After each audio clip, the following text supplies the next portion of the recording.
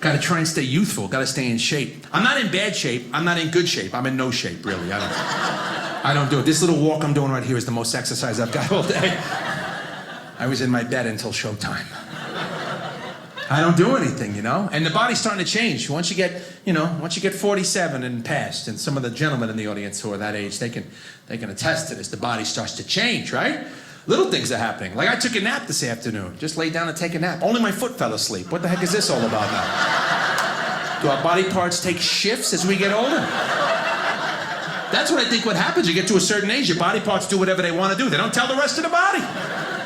You ever been in the kitchen, you can't open a jar? Maybe your hand was up all night. You don't know.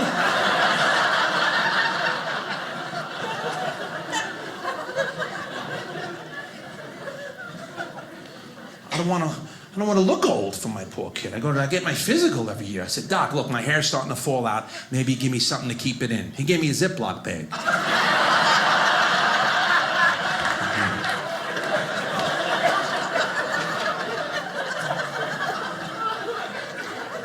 That's why I'm glad I got married, because getting older and being single is tough. You always got to look good. I'm trying to look good now just for my daughter. I don't want to embarrass her, you know? I shaved my mustache because my friends kept telling me, Chris, with a nose like yours, why underline it?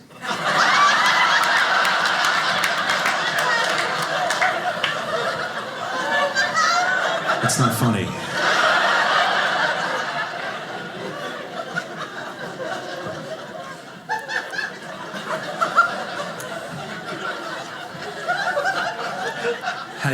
How to get life insurance now. Well, I call it death insurance for me. It's life insurance for my wife and child. My father sat me down and says, you got a family now, you have to get life insurance. So now I gotta go to get physical, get the blood work done. I hate getting the blood work done. I don't mind the needles, I hate the lecture. Right? Every time you go to the doctor and come in, do the blood work, come back in a few days, we'll discuss. He's like, what's with the blood pressure? What's with the cholesterol? I'm like, I don't know, I'm paying you, why don't you tell me?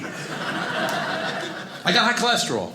It's hereditary, you know? My father, grandfather, great-grandfather, all had the high cholesterol. But I said to my doc, Doc, look, what can I do to lower the cholesterol? I know I have to cut back on the fried foods. I know I gotta cut back on some of the red meats. What can I put into the diet to help out the cholesterol? Now, if anybody has high cholesterol, here's a free tip. My doc said, eat more leafy green vegetables. More spinach, kale, Swiss chard, broccoli rabe. I said, Doc, I love leafy green vegetables. I just love them stuffed inside of a ravioli. He's like, can you be a vegetarian for a little while? I said, very little, like a day and a half maybe. Maybe a weekend if there's no holidays involved. I can be a pescatarian. I can give up meat tomorrow for 6 months and just eat fish. I can't be a vegan, though. Any vegans here? If you have the energy, raise your hand.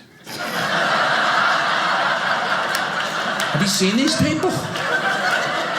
They brag about being the healthiest people in the world. They look like I have a week left on the planet. Have you seen these people? They're pale, their clothes are falling off, they're tired. Look, I don't pick on anybody. I believe in live and let live. Whatever makes you have your best life, do it. But here's the problem with the vegan people. I don't know how it is out here, but in the East, they like to tell you what to do. They're a little snooty in New York. They poke their nose into your business. My wife and I go to a restaurant. I take my wife out every Monday. It's our date night. Every Monday. I do. And believe it or not, I am a romantic. I take my wife out, no matter what the weather, what the thing. My sister comes over. She sits for my little girl, and we go about a mile away. This wonderful little Italian joint in New York. It's like from 1950, and you walk in there and you feel like it's 1950. Beautiful, great food. So we go there every week, and I'll tell you, I was in there about 2 weeks ago with my wife, and I had a veal chop like this on the bone, split down the middle, stuffed with prosciutto and provolone. Oh. Broccoli rabe sauteed in garlic and olive oil. A little linguine over here. This is what happens as you get older. You remember the meal. Because my friends are like, you are so good to your wife, you're so romantic, you must get good loving at home. I said, I don't remember, but the meals are fantastic. My wife was eating like chicken parmesan, and over walks a tourist. And she was a vegan. And she was chatty. And you know how much we love that. She stops at our table. Thank you. She was very nice for a few minutes, but then she went into her little protest. She looked down at our plate. She's like, do you know how cruel it is the way they murder these animals? Here we go. I'm like, go ahead. She's like, do you know what eating this food is going to do to your health? And that's where I got her. Right there, I nailed her. I said, lady, hold on. My grandmother just turned 102 years old this year. She looks at me, she goes, your grandmother eats meat? I said, no, she minds her business.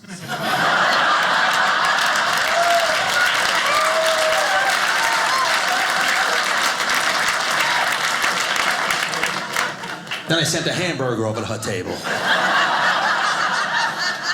I wrote a little note. Have a couple of bites. Get some color in your face, sweetie.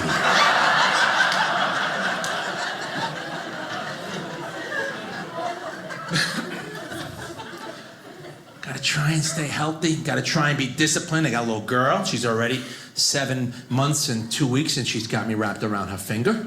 My wife doesn't want a spoiled child. I don't want a spoiled child. We have friends with spoiled children. And they just get whatever they want. They don't have to do anything for it, these kids. I have friends back in New York. Tell me this isn't insane. On Halloween last year, they spent $242 on costumes for 2 children. $121 a pop. Isn't that insane? Everybody here, take yourself back to when you were a little kid. You ever have a costume that was $5? No, you were lucky if you had what I had. Your mother cut 2 holes in an old sheet. You're a ghost. There you go. You're a ghost. One year, my mother had a brand new white sheet and she couldn't cut it up. So she just put it over me and said, you're a piece of furniture being moved.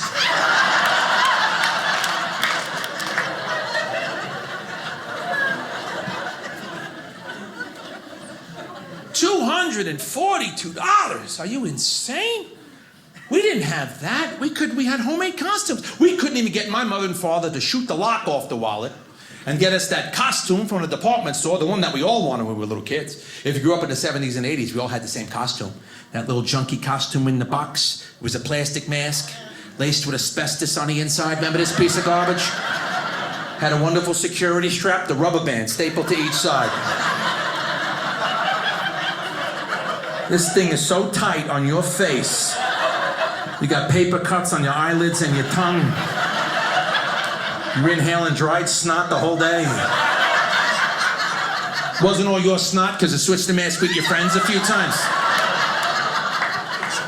By 6:30, the rubber band snap, you're holding it on like a little idiot. I'm looking on Instagram and Facebook, my friends' kids, they look like they just come out of a Tim Burton film, or they come out of the Disney costume lot. They had these unbelievable high-definition costumes. They looked like they were in the movie Frozen. And then I look back through my old photo album of the Polaroids that I had. We had the little crappy mask, and it had a vinyl smock, right? That went over your clothes with a cartoon picture of the body. And no child safety, may I interject. We had no child safety when we were all growing up, because that costume that our parents put on us, there was a warning on the side label that said highly flammable, right on the box. My mother's ashing cigarettes and inches over our heads. That's what trick-or-treating. She's like, roll around, yoga out, roll around. Hurry up, stop, drop, and roll, let's go. Will you go put your brother out, please? Put your brother out and ring the doorbell. You guys got 26 minutes. My stories are coming on. They were trying to lose us.